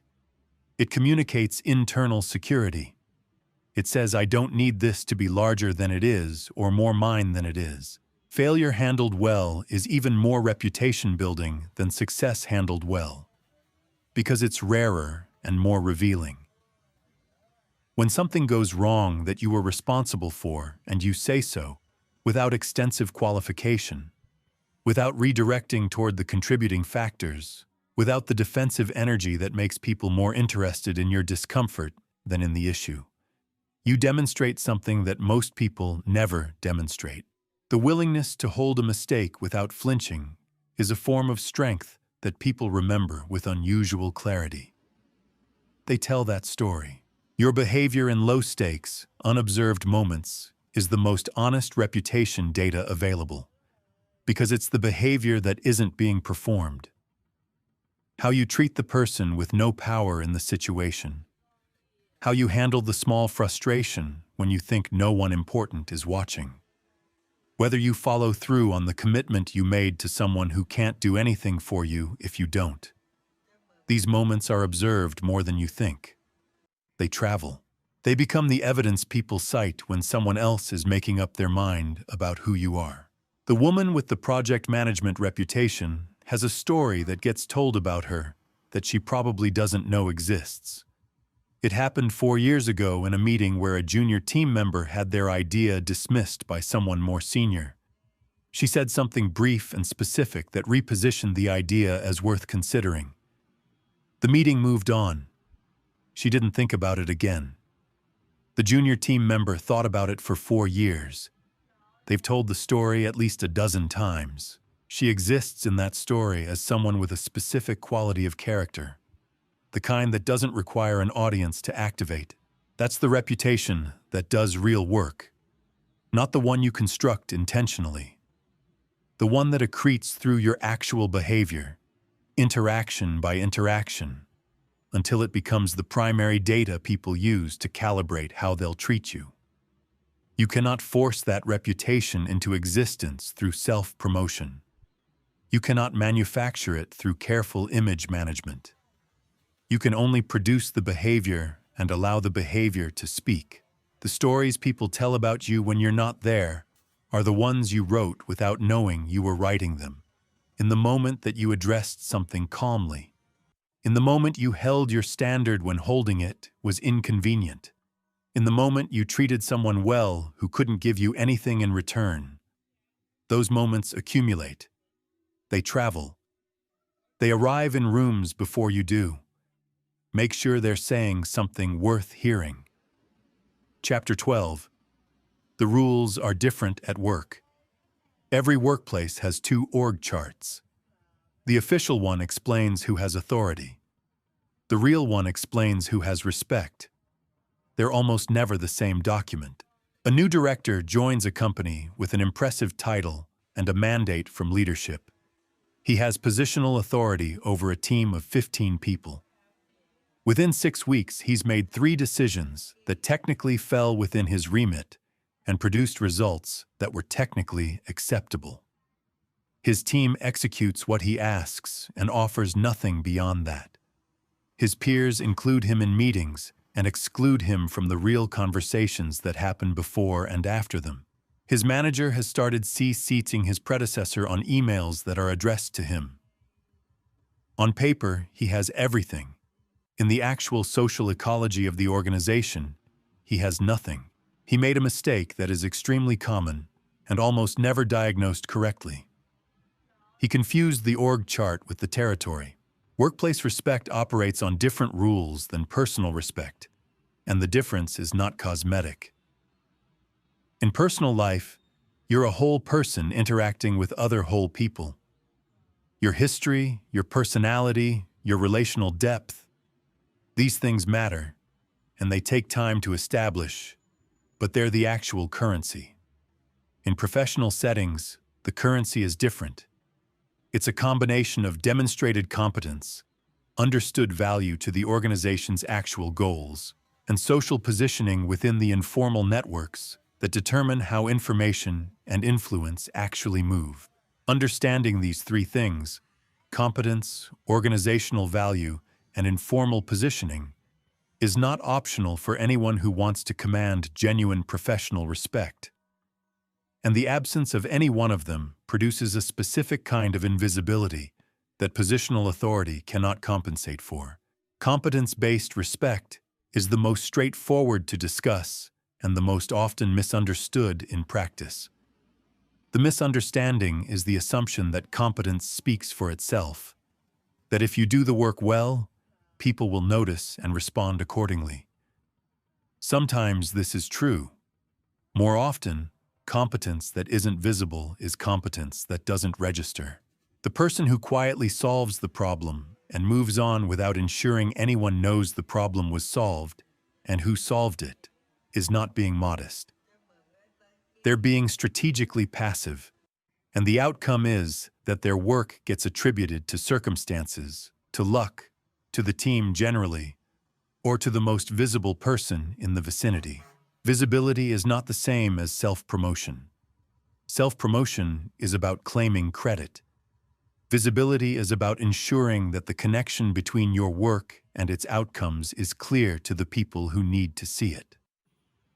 This can be done with complete professionalism and without any quality of "look at me."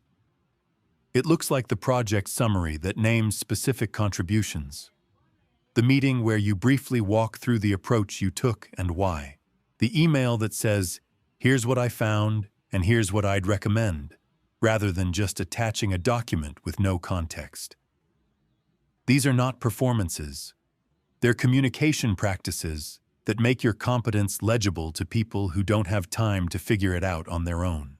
Organizational value is different from competence and requires separate attention. Competence means being good at what you do. Organizational value means being good at what the organization actually cares about right now in its current state given its current pressures. These two things overlap, but they're not identical, and the gap between them is where a lot of professional frustration lives. The person who is genuinely excellent at a function the organization has quietly deprioritized will find their competence producing diminishing respect returns, not because their skill has declined, but because the currency they're trading in has been devalued. Staying connected to what your organization actually values, not what it says it values, not what it used to value, but what it currently makes decisions in favor of, is the organizational intelligence that translates competence into influence. This means paying attention to what gets funded, what gets promoted, what gets talked about in leadership conversations that occasionally filter down. It means being willing to connect your work explicitly to those priorities, rather than assuming the connection is self-evident. Disrespect from supervisors is the category that most requires strategic thinking rather than direct response, because the power differential makes direct response both riskier and less effective than in peer relationships. The temptation is to address the behavior the same way you would with a colleague, directly, specifically, in the moment. This is sometimes the right call. More often, it requires a different framing. When a supervisor dismisses your input, undermines your credibility with other team members, or consistently takes credit for your contributions, the most effective initial response is to document and to reposition, not to confront. Document the behavior with specificity. Dates, what was said, who was present, what the impact was. Not because you're necessarily building a formal case, but because documentation does two things. It keeps you accurate and grounded in a situation that can become emotionally distorting, and it prepares you for more formal escalation if the situation requires it. Repositioning means finding ways to ensure your contributions are visible through channels that don't run exclusively through your supervisor. This might mean building relationships with your supervisor's peers, volunteering for cross-functional work that exposes you to other parts of the leadership structure, sharing your thinking in written form that creates a time-stamped record. These aren't subversive maneuvers. They're how people protect their professional presence in environments where a single gatekeeper is distorting the signal. Disrespect from peers requires faster and more direct response than disrespect from supervisors. Because peer dynamics are where professional reputations are most actively constructed and most vulnerable to unchallenged distortion. When a peer dismisses your contribution in a group setting, the silence of others in the room is not neutral, it's calibration. Everyone present is updating their model of the social hierarchy based on what just happened and what happened next. If what happened next was nothing, they've learned something specific about your position in that hierarchy. The response to peer disrespect in group settings should be immediate, low temperature, and factual. Not angry, not wounded. Just a clean, specific correction that lands without drama and moves on. The efficiency of the response is part of its message. You addressed it without making it an event, which communicates that addressing these things is routine for you. Not a crisis, just maintenance. Disrespect from people you manage is a specific challenge that requires a different kind of authority than either of the above. When someone you're responsible for leading treats you with open disrespect, challenges you publicly in ways that undermine your credibility, fails to follow through in ways that are visible to the team, or behaves in ways that signal to others that your authority is optional, your response has to do two things simultaneously. It has to address the individual behavior, and it has to preserve the team environment that everyone else is watching and reading.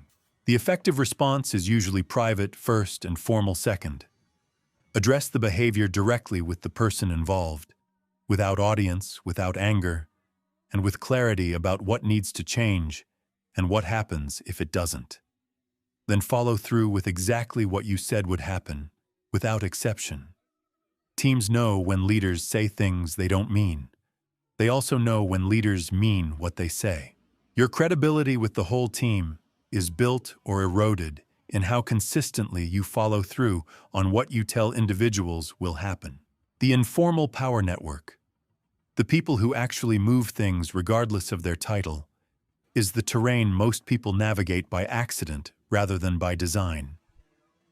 In every organization, there are individuals whose support makes things easier and whose opposition makes things harder.